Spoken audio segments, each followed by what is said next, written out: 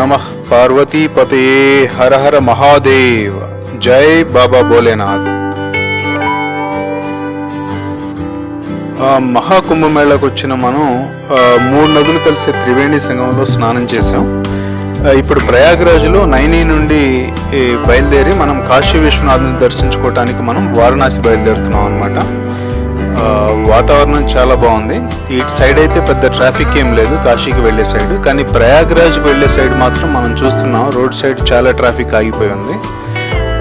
ఈ సైడ్ కూడా అక్కడక్కడ ట్రాఫిక్ కొంచెం ఆగింది కానీ బట్ పెద్ద ప్రాబ్లం అయితే ఎక్కువగా మనకి ఇక్కడ యూపీ, మధ్యప్రదేశ్, బీహార్, ఛత్తీస్గఢ్ ఈ బళ్ళు బాగా ఎక్కువగా కనిపిస్తున్నాయి. ట్రాఫిక్ ప్రాబ్లం అంటూ పెద్ద ఏం లేదు, కాకపోతే సింగిల్ లైన్ అవటం వలన ఎక్కువగా ఓవర్టేకింగ్ చేయడానికి అంత ఇదిగా లేదని కంఫర్టబుల్గా లేదనమాట. But the road is very good, condition బాగుంది, కూల్గా వెళ్ళొచ్చు అనమాట.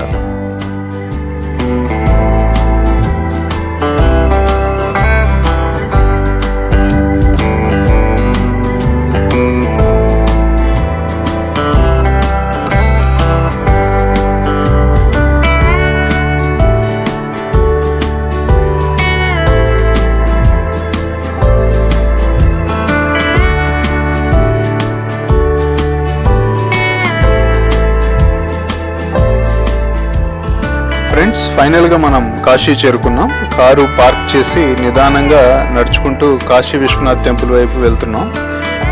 వెళ్తూ ఉంటే దారిలో మనకి కాశీ హిందూ విశ్వవిద్యాలయం చేరుకున్నాం. దీన్నే మనం బెనారస్ హిందూ యూనివర్సిటీ అని కూడా అంటాం అనమాట, BHU అంటాం అనమాట. వారణాసిలో కాశీ విశ్వనాథుని గుడితో పాటు కాలభైరవుని గుడి, విశాలాక్షి అమ్మవారి గుడి, అన్నపూర్ణమాత గుడి, వరాహమూర్తి గుడి, సో వీటితో పాటు చూడదగ్గ ప్లేసెస్లో BHU కూడా ఒకటి అనమాట. ఈ యూనివర్సిటీలో మనకి భారత్ కళామండపం ఉంటుంది, అట్లానే విశ్వనాథ్ టెంపుల్ కూడా ఉంటుంది. నడిచొస్తూ ఉంటే దారిలో మనకి కాశీ ముముక్షు భవన్ అని చెప్పి ఈ బిల్డింగ్ అనిపించింది అనమాట. ఇక్కడ మన సాంవేదం షణ్ముఖ్ శర్మ గారి బ్యానర్ కనిపించేసరికి సరే ఒక నిమిషం ఆగి అసలు ఏంటిది అనేది చూస్తాం కోసం ఒక నిమిషం ఇక్కడ ఆగామన్నమాట. కొంచెం ముందుకు వచ్చేసరికి ఇక్కడ మనకి పెహల్వాన్ లస్సీ సెంటర్ అని కనిపించింది. బాగా ఉదయం నుంచి తిరిగి ఉన్నాం కదా, కొంచెం అలసినట్టు అనిపించింది. సరే లైట్గా ఒక లస్సీ తాగుదామని చెప్పి ఇక్కడ ఆగాము. సో ఇవి ఆవు పాలతో చేసిన స్వచ్ఛమైన లస్సీ అనమాట. కొంచెం దీంట్లో వెన్న కూడా వేసిస్తున్నారు. టేస్ట్ అయితే మాత్రం సూపర్ ఉంది. వస్తే మాత్రం నాకు తెలిసి బెనారస్ వస్తే ఒకసారి లస్సీ కూడా తాగాలన్నమాట, అంత బాగుంది ఇక్కడ. తలెత్తి చూస్తే శ్రీ గురు రవిదాస్ గేట్ కనిపించింది. ఒక్కసారి గురువు గారిని ఒకసారి తలుచుకొని నమస్కరించుకోవటం జరిగింది. భక్తి మూమెంట్లో శ్రీ గురు రవిదాస్ గారికి ఎంతో ప్రాముఖ్యత ఉందన్నమాట. సంత్ రవిదాస్ గారు బేగంపురా అనే ఒక కాన్సెప్ట్ని ఇంట్రడ్యూస్ చేశారనమాట. యాక్చువల్గా యునైటెడ్ నేషన్స్ వాళ్ళు కూడా ఈ కాన్సెప్ట్ తీసుకొని వాళ్ళు దీన్ని వాళ్ళ చట్టంలో నిర్వచించుకున్నారు. సో అంత గొప్ప కాన్సెప్ట్ అనమాట. ఈ కాన్సెప్ట్ ఏంటంటే అందరూ సమానమే, సమానత్వం, సౌభ్రాతృత్వం ఈ రెండు కలిగి ఉండాలి. సో రంగు, రూపం, కులం, మతం ఇలాంటివన్నీ కూడా పక్కన పెట్టి కేవలం మంచితనం, మానవత్వం ఇవి ఆచరించడం వలన జీవితంలో ఎదుగుతాము అనేది ఈ కాన్సెప్ట్ అనమాట. ఒకసారి స్వామికి నమస్కారం చేసుకొని ముందుకు కదిలాం. మనం ఇలా వెళ్తూ ఉంటే వచ్చే ఫస్ట్ ఘాట్ అస్సీ ఘాట్ అనమాట. ఇక్కడ ఏమవుతుందంటే అస్సీ రివర్ వచ్చేసి గంగా నదిలో కలుస్తుంది అనమాట. సో అందుకని ఈ ఘాట్ని అస్సీ ఘాట్ అంటారు. సో ఈ ఒక్క ఘాటే కాదు, మొత్తం గంగా నదీ తీరంలో కాశీలో 84 ఘాట్లు ఉంటాయి అన్నమాట. ఈ 84 ఘాట్లు కూడా ఫస్ట్ ఘాట్ అస్సీ ఘాట్. ఇది చాలా క్లీన్గా ఉంటుంది. ఇక చాలామంది ఇక్కడ స్నానాలు ఆచరించడం, అట్లానే ఉదయాన్నే గంగా హారతి జరుగుతుంది. మెడిటేషన్లు లేకపోతే యోగా కార్యక్రమాలు అలాంటివన్నీ కూడా ఉదయం పూట ఇక్కడ జరుగుతూ ఉంటాయి అన్నమాట. సో చాలామంది కూడా ఇక్కడ కూర్చొని ఇంట్రోస్పెక్ట్ చేసుకుంటూ ఉంటారనమాట. ఈ ఘాట్తో పాటు ఇంకొన్ని మెయిన్ ఘాట్స్ ఉన్నాయి. దశాశ్వమేధ ఘాట్ అని, మణికర్ణిక ఘాట్ అని, హరిశ్చంద్ర ఘాట్ అని. అంటే ఇవే ఇంపార్టెంట్ అని కాదు, అన్ని ఘాట్స్ ఇంపార్టెంటే. బట్ వీటితో పాటు ఇంకా లలిత్ ఘాటు, ప్రచిన్ హనుమాన్ ఘాటు, కేదార్ ఘాట్, దర్భంగా ఘాట్, రమణ ఘాట్, రాజ్ ఘాట్, సింధియా ఘాట్, మన్మందిర్ ఘాట్, జైన్ ఘాట్, తదాగఢ్ ఘాట్, ఇట్లా చాలా, తులసి ఘాట్ అని ఇలాగా మొత్తం కలిపి 84 ఘాట్స్ ఉన్నాయి. 84 ఘాట్స్ ఎందుకు ఉన్నాయి అంటే మామూలుగా మనకి రాసులు 12 ఉంటాయి కదా, ఈ 12 రాసులు ప్లస్ మన శరీరంలో 7 చక్రాలు ఉంటాయి, అంటే 12 ఏళ్ళు 84 అనమాట. సో ఇక్కడ ఏంటంటే కాశీకి మన శరీరానికి చాలా సంబంధం ఉంది, అట్లానే కాశీకి విశ్వానికి చాలా సంబంధం ఉంది. సో ఎవ్రీథింగ్ ఈజ్ రిలేటెడ్ అండి, మన బాడీ కానీ లేకపోతే విశ్వం కానీ ఎవ్రీథింగ్ ఈజ్ రిలేటెడ్ అనమాట. ఒక రకంగా చెప్పాలంటే కాశీ అనేది ఈ లోకానికి పరలోకానికి మధ్యలో బ్రిడ్జ్. ఇట్ ఈస్ ఎ వారధి అంటాం కదా, ప్లాట్ఫామ్ అంటాం కదా, ఇట్స్ లైక్ ఎ బ్రిడ్జ్ అన్నట్టు అందరూ నమ్ముతారు. వాతావరణం ఎంతో ఆహ్లాదకరంగా ఉంది కదా, ఆ లాంచీలో విహరిస్తూ ఆ ఘాట్లన్నీ చూస్తూ వెళ్తుంటే నిజంగా ఆ అనుభూతే వేరుగా ఉంటుంది.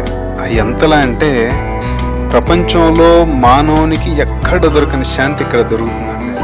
Maybe I think that's the reason ప్రతి ఒక్కళ్ళు కూడా కాశీ రావాలని కోరుకోవటానికి ఏంటంటే ఎక్కడ దొరకంది ఇక్కడ దొరుకుతుంది, అందుకే ప్రతి ఒక్కళ్ళు కాశీ వస్తారు.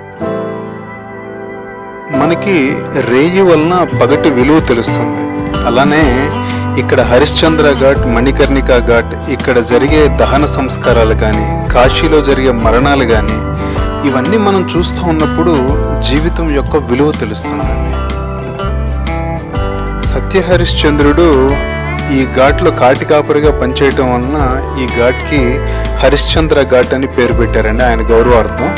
ఇక్కడ మనం హరిశ్చంద్రుడి విగ్రహం, అట్లానే వృద్ధకేదారుడు ఉంటాడు కదా ఆయనది, అట్లానే ఆది మణికంఠేశ్వర, వీళ్ళ ముగ్గురు విగ్రహాలు కూడా ఇక్కడ హరిశ్చంద్ర ఘాట్లో చూస్తానికి మనకు అవకాశం ఉంటుంది. మన పురాణ ఇతిహాసాలను అనుసరించి పార్వతీదేవి తన చెవికి పెట్టుకున్నటువంటి కమ్మె అది రాలి ఇక్కడ పడిందంటే, ఆ పడటం వలన ఈ ఘాట్కి మణికర్ణిక అనే పేరు వచ్చింది. కర్ణం అంటే చెవు కాబట్టి మణికర్ణిక అనే పేరు ఈ ఘాట్కి వచ్చిందనమాట. ఇప్పుడు మహాకుంభమేళా జరుగుతుంది కదా, అందుకేనేమో ఇక్కడ ఎక్కువగా మనకి అఘోరాలు నాగసాధువులు కనిపిస్తున్నారు. హరిశ్చంద్ర ఘాట్లో మణికర్ణికా ఘాట్లో కలిపి రోజుకి 400 నుంచి 1000 శవాల దాకా దహన కార్యక్రమాలు ఇక్కడ జరుగుతూ ఉంటాయి. Next important ghat Dashashwamedh ghat. ఇక్కడ ఇది ఎందుకు ఇంత ప్రాశస్త్యం అంటే శివునికి బ్రహ్మహత్య పాతకం చుట్టుకున్నప్పుడు దాని నుండి విముక్తి కలిగింది ఈ ఘాట్లోనే అని చెప్తారనమాట. అలానే కాకుండా ప్రతిరోజు 7 o'clock ఇక్కడ గంగా హారతిస్తారు. నిజంగా 2 కళ్ళు సరిపోవు అనమాట చూస్తానికి. కాశీ వచ్చిన వాళ్ళు గంగా హారతి చూడకుండా వెళ్ళరు అనమాట, అంత బాగుంటుంది. కంపల్సరీ చూడాల్సినటువంటి ఈవెంట్ అనమాట గంగా హారతి.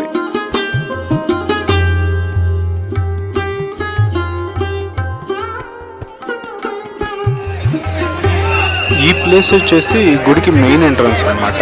సో మొత్తం 4 దిక్కుల నుంచి కూడా ఎంట్రన్స్లు ఉంటాయి, కాకపోతే ఇది మెయిన్ ఎంట్రన్స్, ఈ మధ్య కొత్తగా కట్టిన కారిడార్. ఈ కారిడార్లో ఎప్పుడూ కూడా కొంచెం రష్ ఎక్కువగానే కనిపిస్తుంది మిగతా ఎంట్రన్స్తో పోల్చుకుంటే.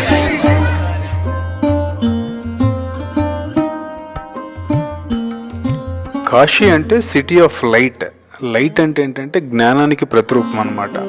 సో ఇది కాంతివంతమైన నగరం అనుకోవాలి. సో ఇది జ్ఞానానికి సంబంధించిన నగరం. వారాణసి అనే పేరు ఎందుకు వచ్చిందంటే ఇక్కడ వరుణ అనే నది ప్లస్ అస్సి అనే నది, 2 నదులు గంగా నదులు కలుస్తాయి కాబట్టి ఈ నగరానికి వారణాసి అనే ఇంకో పేరు కూడా ఉందన్నమాట. కాశీని ప్రపంచంలోనే చాలా పురాతనమైన నగరంగా కీర్తిస్తారు. అట్లానే ప్రపంచంలో అసలు నాశనం అంటూ లేని సిటీ అంటూ ఏదైనా ఉంటే అది కాశీ అన్నట్టే చెప్తారు. అలానే మనం కాశీ చరిత్ర గురించి మాట్లాడుకున్నట్టయితే కుతుబ్దిన్ ఐబక్ నుంచి రజియా సుల్తానా, ఔరంగజేబ్ ఇలా ఎంతోమంది ఎన్నోసార్లు గుడి మీద దాడి చేసి కొన్నిసార్లు నేలమట్టం కూడా చేశారండి. అయితే ఇట్లాంటి దుర్మార్గులు అయితే ఎలా ఉన్నారో అలానే మంచివాళ్ళు కూడా, అంటే ఇప్పుడు జైపూర్ రాజు మనకి జైసింగ్ ఉన్నాడు, అలానే రాజా మాన్సింగ్ అని, తోడర్మల్, నారాయణ్ భట్, అలానే తర్వాత ఈ మధ్య కాలంలో ఈ గుడి నిర్మించినటువంటి అహల్యాబాయ్ హోల్కర్ కానీ, లేకపోతే దీనికి గోల్డ్ తాపడం పెట్టించారు కదా మహారాజా రంజిత్ సింగ్, ఆల్మోస్ట్ 1000 కిలోల బంగారం ఇచ్చాడండి. ఈ గుడి చుట్టూ కూడా ఈ తాపడం పెడతానికి 1000 కిలోల బంగారం ఇచ్చాడు మహారాజా రంజిత్ సింగ్. అలానే ఈ గుడి కట్టింది అహల్యాబాయి హోల్కర్ అన్నమాట. ఇలా ఎంతో మంది అండి పునర్నిర్మాణానికి ఎన్నోసార్లు ఎంతో మంది ఎంతో కృషి చేస్తే ఈ రోజు మనం ఈ అందమైన ఈ కాశీనగరాన్ని మనం చూస్తా ఉన్నాం.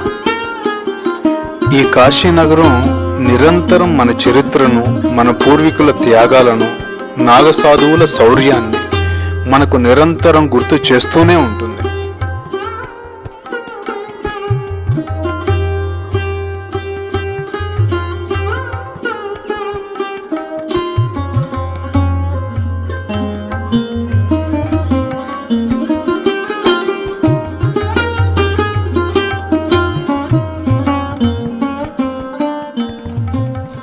భగీరథుడు తన పూర్వీకుల మోక్షం కలిగించడానికి గంగమ్మ తల్లిని ఈ భూమి మీదకి తీసుకొస్తే ఆ తల్లి ఒడిలో సేద తీరుతూ మన పాప ప్రక్షాళన చేసుకునే మహాద్భుతమైన అవకాశాన్ని పొందుతున్నాం మనం.